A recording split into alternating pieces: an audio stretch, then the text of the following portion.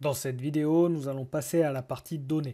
Maintenant que nous avons analysé les traitements que nous devons réaliser sur notre site, que sont globalement la gestion des animaux, la gestion des actualités et la visualisation du site, nous allons voir les données qui y sont rattachées.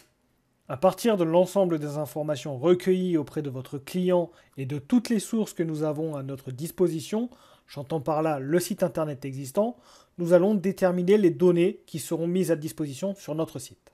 Dans notre cas, on va analyser plus en détail le site internet existant, mais vous pouvez également récupérer des informations en discutant avec votre client, en analysant les documents écrits qu'il dispose ou toute autre source existante. La première chose à se demander pour réaliser cette analyse, c'est quelles sont les entités prépondérantes pour réaliser nos pages de gestion des animaux et de gestion des actualités. Cela peut paraître assez logique, mais on va retrouver bien entendu les animaux et les actualités.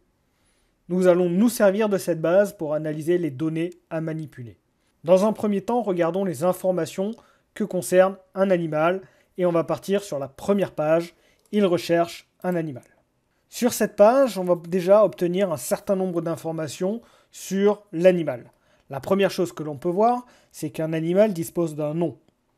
Il dispose également d'une date de naissance estimée, de 3 traits de comportement, comme on peut le voir ici. Ici, nous avons un bouton « Visiter ma page » qui ne fait pas vraiment partie des données. Ici, c'est plutôt une action qui est réalisée, donc ça, on ne va pas le prendre en compte. On va également avoir une photo pour l'animal. Et nous avons également 3 informations concernant son entente avec les chiens, les chats et les enfants. On va continuer à analyser notre site et on va aller sur la deuxième page. Sur cette deuxième page, la première chose qu'on peut voir, c'est qu'on retrouve les mêmes informations que sur la précédente, en tout cas sur la partie haute. En plus de ces informations-là, on va retrouver la puce de l'animal, donc le numéro de puce. On va également retrouver un texte ici sur la droite qui va concerner les informations liées aux frais d'adoption. On va également retrouver une description.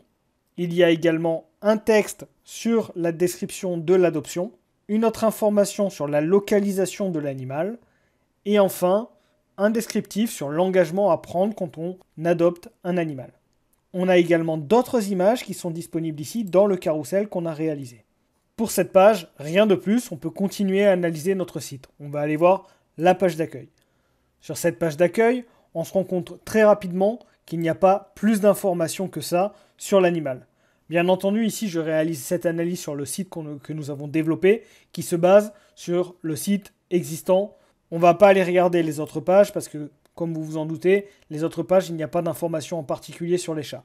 On peut par contre regarder une dernière information, c'est que quand on ouvre le menu des pensionnaires ici, on retrouve une autre information sur le statut de l'animal, à savoir si l'animal est en recherche d'une famille d'accueil, s'il est en famille d'accueil longue durée, ou bien s'il a été adopté. Donc ici, on va parler d'un statut et on va conserver cette information.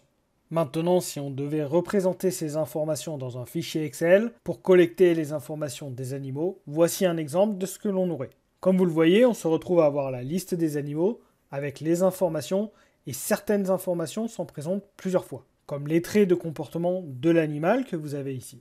J'ai également rajouté une autre information au niveau du statut, par exemple, avec une description du statut pour avoir plus de détails. On remarque que les informations sont dupliquées, c'est ce qui s'appelle ici de la redondance d'information, c'est-à-dire avoir plusieurs fois la même information. Cela engendre un risque d'erreur lorsque l'on saisit des données. On pourrait avoir une différence de description pour le statut sur 2 lignes différentes. Cela n'est pas très optimisé et nous devons réfléchir à une autre représentation des données. On peut donc découper notre tableau en plusieurs morceaux et essayer de recoller les morceaux dans un second temps. C'est ce que j'ai fait ici en vous présentant 3 tableaux. Le premier concernant l'animal et les informations qui sont uniques, je dirais, qui sont présentes qu'une seule fois par animal.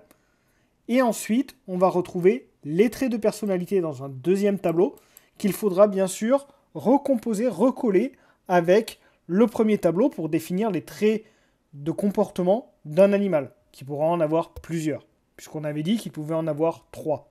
Également, au niveau du statut, et afin d'éviter la redondance d'informations, comme je vous ai dit précédemment, on a décomposé cette information dans un autre tableau, et nous avons rajouté une information, c'est le numéro du statut. Ce numéro est ensuite partagé dans le tableau des animaux pour faire le lien entre ces deux tableaux. Une fois que nous avons fait cela, nous pouvons passer à une représentation plus schématique. Nous allons retrouver ces informations séparées en 4 groupes. Dans un premier temps, nous avons l'animal, auquel nous y avons associé un nom, le type, c'est-à-dire chien ou chat, parce que effectivement, ce qu'on ne voyait pas dans notre exemple quand on a regardé sur le site, c'est qu'il y a les chats et les chiens. Donc là, j'ai bien séparé les deux en rajoutant un type. Ensuite, nous avons la puce, le sexe de l'animal, si il est ami d'un chien, d'un chat et des enfants, la description de l'animal, l'adoption description, la localisation description et l'engagement de l'animal. Donc là, on retrouve une partie des informations qu'on avait listées précédemment. Nous avons également rajouté en plus l'ID de l'animal. Pour identifier un animal de manière unique, on va y rajouter un numéro pour l'identifier. Vous remarquerez que cette information-là, je l'ai soulignée pour bien montrer que c'était un champ unique. C'était le champ représentant d'un animal, qui permet de caractériser un animal de manière unique. J'ai ensuite séparé avec le statut. Comme on pouvait voir, il existait 3 types de statuts, donc on en a fait également un bloc que nous avons nommé statut. À l'intérieur, nous avons mis le libellé, c'est-à-dire le nom du statut, s'il est à l'adoption, adopté ou en famille d'accueil longue durée, et nous avons rajouté une description pour donner plus d'informations. Et de la même manière que pour l'animal, nous avons rajouté un champ unique que nous avons appelé ID statut, que nous avons souligné. Nous avons fait la même chose sur les images, en mettant un libellé, c'est-à-dire un nom d'image, une URL de l'image pour tout simplement savoir où c'est que notre image sera stockée, dans quel dossier, et une description à cette image. De la même manière, nous avons rajouté un identifiant que nous avons souligné pour justement marquer le caractère unique de l'image. Et enfin, le caractère de l'animal, c'est-à-dire s'il est doux, calme, etc. Donc les traits de caractère, de comportement de l'animal, et on n'y a mis qu'un seul champ, le libellé, avec bien entendu, encore une fois, un identifiant pour identifier un caractère de manière unique. Il reste maintenant à réassembler les données, et pour cela, on va relier les blocs en fonction de leur dépendance. Nous avons dit qu'un animal pouvait avoir des images, on va donc faire une liaison et mettre un ovale entre les deux, dans lequel on va y mettre un nom, par exemple, contient. Un animal peut également avoir un statut, on va faire une liaison, et on va écrire A. Un animal a également des traits de caractère, on fait la liaison et on écrit un nom, par exemple dispose. Il reste à réfléchir au nombre de fois que les informations peuvent être partagées et on va commencer par le statut et l'animal. Un animal dispose au minimum d'un statut et au maximum un seul. En effet, dès lors qu'il est présent dans notre site, il dispose forcément d'un statut et il ne pourra en avoir qu'un seul à tout moment. Effectivement, il ne peut pas être à la fois adopté et à l'adoption en même temps. Par contre, à l'inverse, un statut pourra être présent dans plusieurs animaux. Et bien entendu, un statut pourra être présent dans aucun animal. Donc on va retrouver 0 et on va écrire N pour dire plusieurs animaux. On va regarder maintenant au niveau de l'image et l'animal.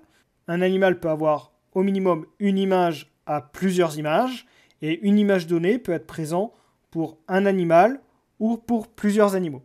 Alors il faudrait aller regarder sur le site, mais je peux vous dire que ça s'est arrivé qu'on avait une image par exemple pour des chats qui sont frères. Au niveau des traits de caractère, un animal peut avoir un trait de caractère ou plusieurs, et un trait de caractère donné, par exemple calme, doux, etc., peut être présent dans un animal à plusieurs animaux. On peut même considérer qu'un trait de caractère peut être présent pour aucun animal. Mais dans ce cas-là, pourquoi on le créerait, c'est une bonne question. En tout cas, on peut imaginer qu'un trait de caractère peut être présent pour aucun animal, mais il peut être présent pour plusieurs animaux. Effectivement, je peux avoir 2 chats qui ont le même trait de caractère. Par exemple, ils sont tous les 2 calmes.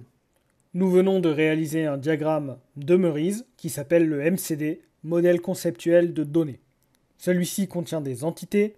Ce sont les cadres que nous avons réalisés avec les noms à l'intérieur, comme animal, statut, image ou caractère, qui contient eux-mêmes des champs dont un qui est l'identifiant, c'est celui que nous avons souligné à chaque fois. Ce modèle contient aussi des associations, ce sont les ovales, avec un nom à l'intérieur. Et enfin, nous avons positionné des chiffres, et ces chiffres sont appelés des cardinalités. Nous en avons terminé pour la réalisation du MCD sur la partie animale. Nous allons rajouter dans la prochaine vidéo la partie actualité.